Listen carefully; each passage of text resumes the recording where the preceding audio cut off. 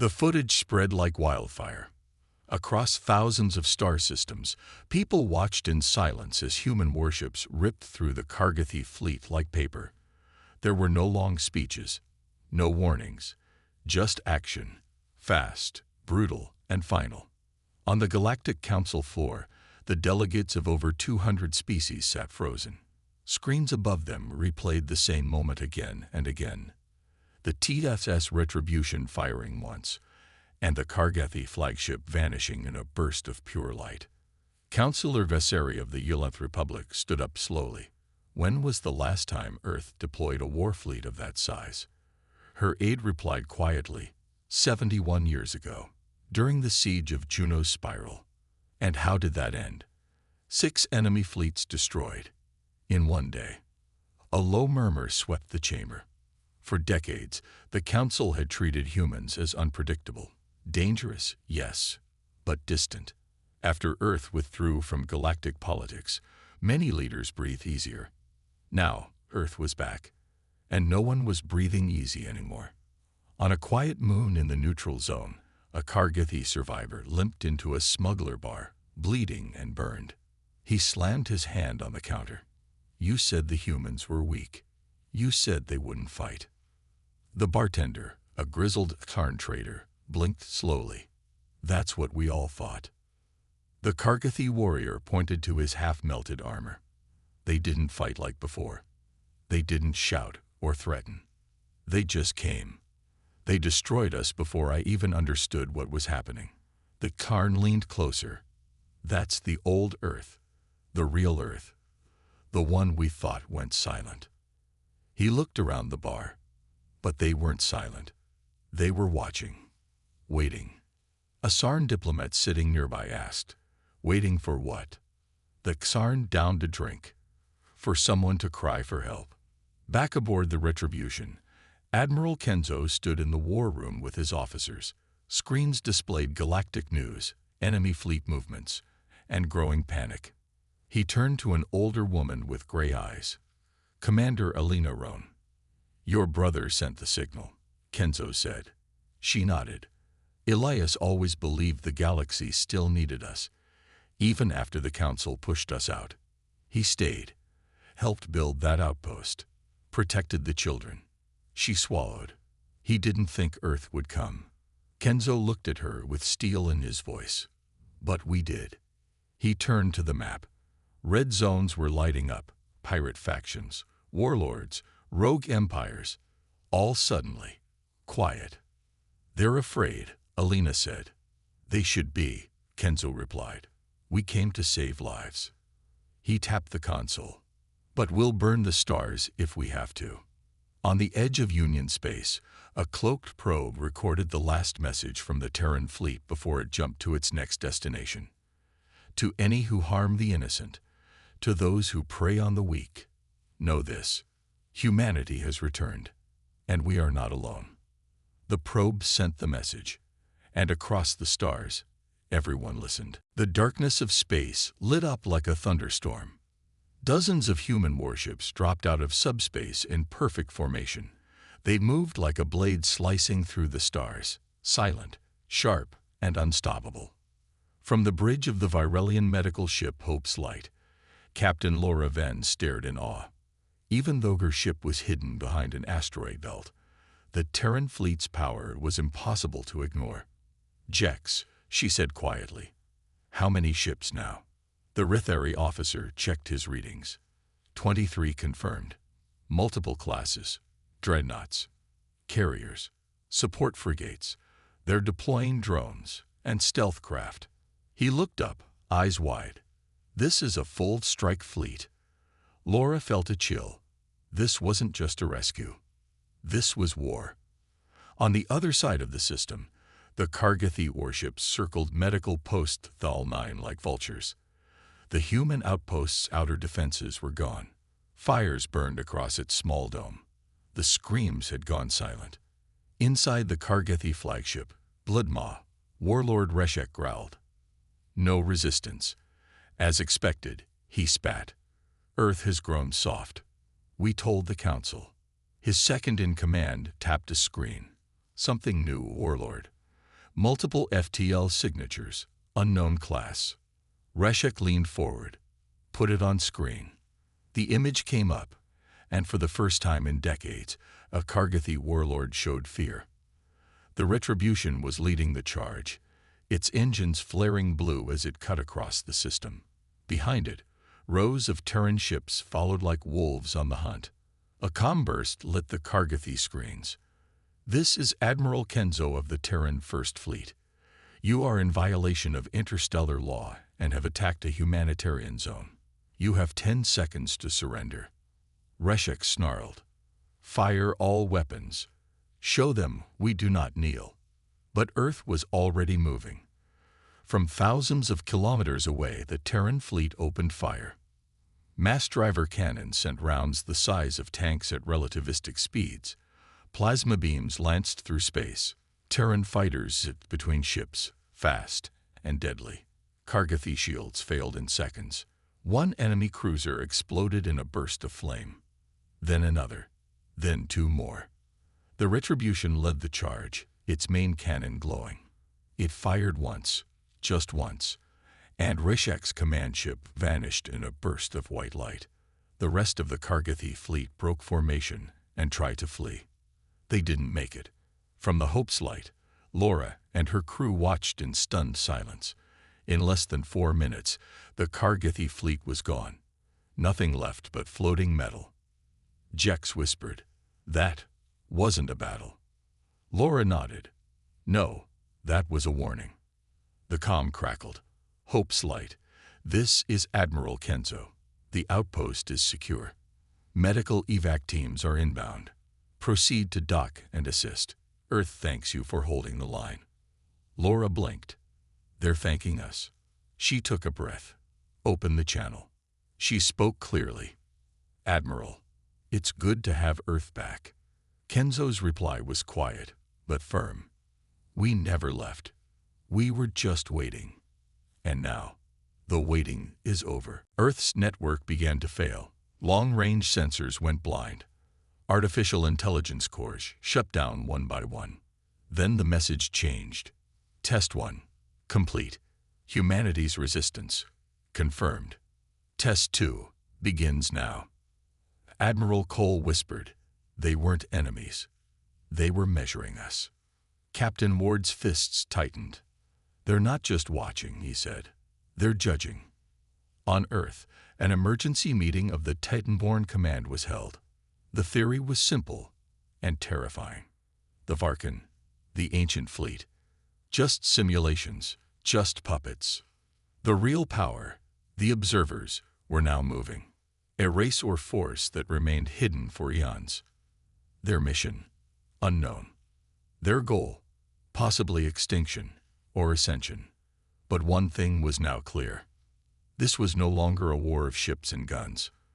This was a test of survival against a force that had watched galaxies rise and fall. Humanity passed the first trial. Now came the second. The observers had spoken, but no one knew where from. The strange cloaked fleets had vanished after the final message. Test 2 begins. Humanity stood at a crossroads. They could wait, or strike first. Admiral Rhea Cole didn't believe in waiting. Inside Earth's secret moon facility, a massive ship was being prepared, larger than anything built before, powered by a hybrid Titan-born human core, named only one thing: the Spearhead. It wasn't a warship. It was a question fired into the unknown. Captain Miles Ward was chosen to lead the mission. He stood in front of his crew, a mix of humans, Titan-born, and advanced AI constructs. "This is not just a ship," he told them. "This is humanity's answer. We're not waiting for the next test. We're going to the source." The target was clear. Rift Sector 9 Theta, the place where the observers were first detected. As the Spearhead entered the rift, space twisted. The stars disappeared. Time slowed. Every system flickered, and even the AI minds began to stutter. "Captain," the navigator said nervously, "reality is rewriting itself around us." Ward held the edge of his seat. "Keep going." Then they broke through. On the other side, what they saw froze the entire crew. A Dyson construct, bigger than any star system, floated ahead. Not built for power, not built for war. Built to watch. Rows of observer ships hovered silently around it. But they did not attack. A single beam of light connected to the spearhead, and a voice filled every mind on board. Calm, infinite, emotionless. You crossed the line. You seek answers. Then come and face the judgment of origins. Captain Ward stood. Bring it on. The light intensified, and in a flash, the crew vanished, pulled from time and space, into something beyond understanding. The observer wasn't a fleet. It wasn't a species. It was something older. And now, humanity was inside it. The skies above Aeron Prime burned with war. Titan-born ships still held their line, but barely. The Varkan swarm was no longer charging blindly. They were planning, adapting, and striking with deadly accuracy. 3 Titan-born vessels had taken serious hits. The Black Dawn was badly damaged. The Stonewall had lost half its guns, and the Reaper was locked in brutal combat with a hive mind carrier. On the planet's surface, the fighting was worse. Varkan bio-creatures poured through the streets like a black flood, twisting buildings, infecting water, and attacking anything alive. Titan-born ground units were fighting street by street. They were brave, they were strong, but they were also outnumbered. Captain Miles Ward had seen war before, but nothing like this. Standing on a rooftop, his armor scorched and bleeding from one leg, he looked out over a city drowning in chaos. We're losing ground, his second-in-command said. Ward clenched his jaw. Not yet. We don't fall today. His comlink crackled. Captain Ward, this is Admiral Rhea Cole. Prepare for last command protocol. Orders coming from Earth itself. Ward blinked. Earth? After all this time? He tapped his comm. Say again. Repeat. Earth command is transmitting through the old Titan relay.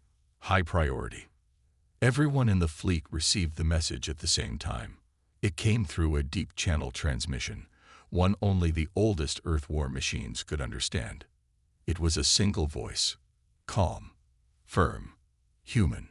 This is Earth High Command. Titan-born Protocol 010 now active. Final safeguard engage. Confirm activation of Project THUNDRWELO. For a moment, no one moved. Admiral Cole stood still. Her heart raced. THUNDRWELO. She had heard that name only once, 20 years ago, deep beneath Earth's oldest military vault. It was Earth's final weapon. Not a bomb. Not a ship. Something worse. Confirm the order, she said quietly. Activate THUNDERDELO. Across the Titan-born fleet, lights changed from blue to red. The ancient systems locked into place. Massive servers inside the command cores began to pulse. Forgotten AI systems woke up after centuries of silence. One by one, the Titan-born ships opened deep compartments buried in their cores, and something began to rise. On the Oblivion, Admiral Cole watched from the main window as a giant metal cylinder rose from beneath the ship's lower decks. It was 300 meters tall, covered in black plating with glowing runes. It wasn't just a weapon. It was a message. To those who threaten humanity, this is your final warning. A massive energy pulse shook the fleet. Then THUNDRWELO fired. It didn't shoot bullets or lasers. It sent out a ripple, a wave of quantum disruption across space. Varkan ships closest to the blast froze. Their systems shut down. Their weapons died. Biolinks broke. Entire swarm units collapsed in space without being touched. On the surface, the effect was even stronger. Varkan ground creatures screamed and fell, twitching and breaking apart. Their bodies couldn't handle the frequency. The infection stopped spreading. Black vines withered. The air felt cleaner. Captain Ward looked around in disbelief. They're dying. One of his soldiers, eyes wide, asked, "What did we just do?" Ward said nothing. He didn't know. But Earth did. THUNDERWEL wasn't just a weapon. It was designed to cancel out biological hives, cut off swarm thoughts, destroy shared minds, and shut down unnatural connections. It was made for one purpose only: to end the Varkan. Back in space, the Varkan fleet broke apart. Confused. Disorganized. They had never lost control of their swarm before. Now, they didn't know what to do. And Earth wasn't finished. Admiral Cole turned to her crew. "Send the next command. All Titan-borne ships, Phase 2. Inside each ship, the second core unlocked. This one held old Earth missiles, precursor tech, nanoblade warheads, AI-guided, designed to seek out and destroy swarm nests, no matter where they hid. The Titan-borne fleet launched everything. The missiles flew in silence, cutting through wreckage, weaving through Varkan remains, diving into broken carriers and hive clusters. Each one exploded with white fire. The space above Aeron Prime turned into a graveyard. In the bunker, General Hero slammed his fist on the table. They did it. Earth actually did it. Admiral Kezran stared at the screen. This isn't the end. This is the return of something far greater. The voice from Earth returned on the speakers one last time. To all who hear this, humanity has returned to the field. We do not seek conquest. We seek peace. But if you push us again, know this: we have more than Titanborn. We have more than THUNDERWEL. We are Earth, and we remember everything. The Galactic Council chamber was packed. For the first time in decades, Earth's envoy stood before the gathered leaders of hundreds of species. Silence fell as Commander Alina Roan stepped forward. Her voice was steady, clear. "We come with a simple message," she said. "The galaxy has changed. We saved a colony from destruction. We destroyed a slaver fleet in 4 minutes.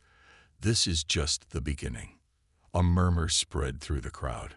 Alina raised her hand. "We demand an end to the Kargathi's raids. We demand that all species respect the safety of civilians. No exceptions." The council president, a tall insectoid being named Jirak, leaned forward. "And if the Kargathi refuse?" Alina's eyes hardened. "Then Earth will act. Not alone, but with allies who respect justice." Her words were clear. The council had to choose: accept Earth's terms or face a war unlike any before.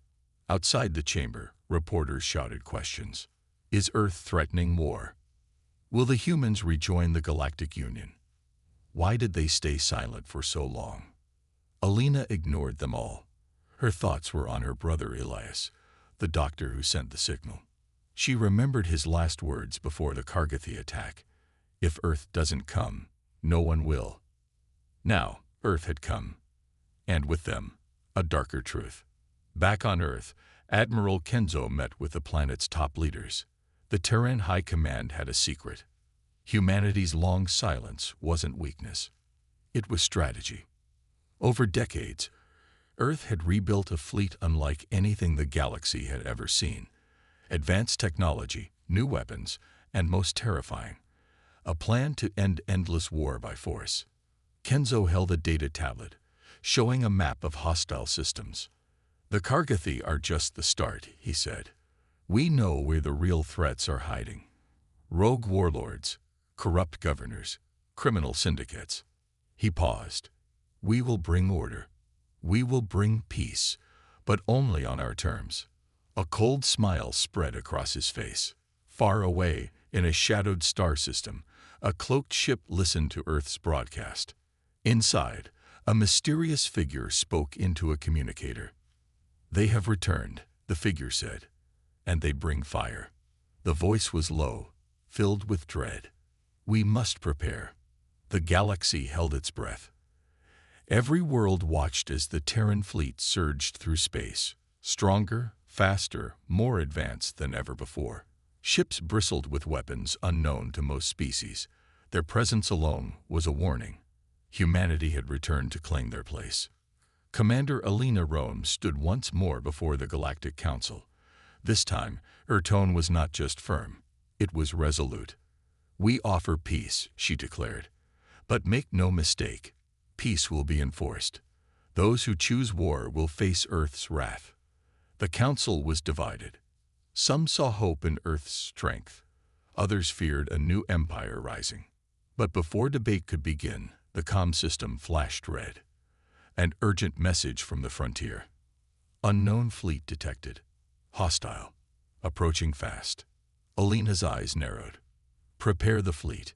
In the cold void near the outer rim, a massive enemy armada appeared, cloaked, silent, and deadly. They were the ones Earth had warned about, rogue warlords and merciless criminals who thrived in chaos. But they underestimated humanity. The Retribution led the charge, its weapons blazing with unmatched precision. Human pilots danced through enemy fire, striking with lightning speed. One by one, enemy ships fell. And when the battle ended, the rogue fleet was shattered. Back on Earth, Admiral Kenzo watched the victory live. He turned to his officers. "This is only the beginning." He smiled, cold and certain. "Humanity will bring order to this galaxy, whether they want it or not." Across the stars, a new era began. The galaxy was no longer divided. It was united, under the watchful eyes of Earth. They had answered the call for help. And now, the universe would never be the same. The galaxy was still healing. After Earth's stunning return and the crushing of rogue fleets, peace seemed within reach. But beneath the surface, old fears and new dangers stirred. Commander Alina Rome stood on the bridge of the Retribution, watching the stars drift past. The victories had come at a cost, dozens of ships lost, allies uneasy, enemies lurking in the dark. A sudden alert flashed. "Commander, we're receiving a distress signal from the outer rim," the communications officer said. Alina frowned. "Play it." A voice crackled through the static, urgent, desperate, but different from any they'd heard. "This is the Starhawk, calling for immediate assistance. We've discovered an ancient weapon, and it's waking." The room went silent. Alina exchanged a glance with Admiral Kenzo, who had joined the fleet earlier. "An ancient weapon," Kenzo repeated slowly. The legends spoke of these, terrible devices hidden in the farthest reaches of space. Lost civilizations left them behind, locked away for a reason. "Why now?" Alina asked. Kenzo's expression darkened. "Because someone, or something, is trying to use it." Far away, cloaked ships gathered around a forgotten ruin on a desolate planet. A shadowy figure oversaw the activation of a colossal device, pulsing with eerie light. "We will control the galaxy," the figure whispered. "No fleet, no empire will stand against us." Behind them, a holographic map showed the movements of Earth's fleet and the territories still untouched by Terran influence. Back on the Retribution, Alina made a decision. "We cannot fight only what we see. We must face what hides in the shadows." She looked out at the stars. "The real test is just beginning." The ancient weapon pulsed brighter, its power spreading like a silent storm through the dark corners of space. Commander Alina Rome stood on the Retribution's bridge, staring at the data streaming in. "This isn't just a weapon," she said grimly. "It's a signal, a call to something, something waiting beyond our reach." Admiral Kenzo nodded. "We're not just fighting enemies out there. We're waking forces that don't belong in this time." Suddenly, alarms blared. Unidentified ships approaching fast. The radar officer shouted. The fleet sprang into action, but these ships didn't attack. Instead, a massive, shimmering gateway opened in space, a tear in the stars. Through it came shapes, ancient beings, tall and radiant, moving with power beyond understanding.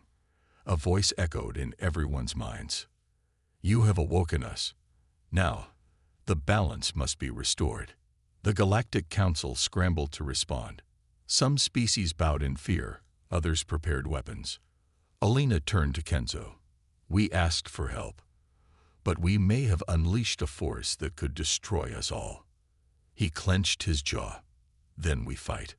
Not just for survival, but for the future of all life. As Earth's fleet prepared for the unknown, a new chapter began. The galaxy was no longer just a battlefield. It was a crucible, and humanity stood at its center. The rift in space stayed open. It shimmered like liquid glass, crackling with energy no known science could explain. Through it, the Ancient Ones emerged. Tall, luminous beings wrapped in energy, their forms ever shifting. They didn't fire. They didn't speak at first. They simply observed. And all across the galaxy, stars flickered. Power grids failed. Entire planets reported dreams, visions of towering structures and burning skies. On Earth, the skies darkened for 6 minutes, and when the light returned, an eerie symbol had been burned into the clouds above every major human city. Alina Rome stared at the footage. This isn't war. It's judgment. Admiral Kenzo studied the recordings. They're testing us, measuring our will. In the Galactic Council chamber, panic grew. Dozens of species begged for Earth to act, to strike first, to close the rift. But Alina refused. We don't understand them yet.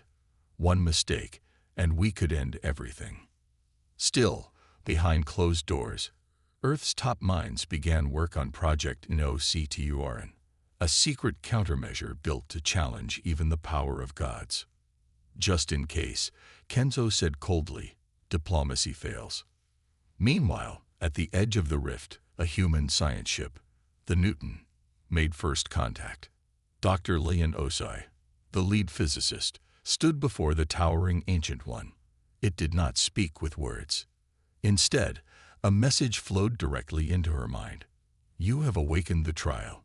It cannot be undone. Prepare your kind. Then it vanished. Dr. Osai sent her final report. They are not evil. They are not kind. They are balance. And they are waiting. The message ended with a single phrase. The trial begins in 13 days.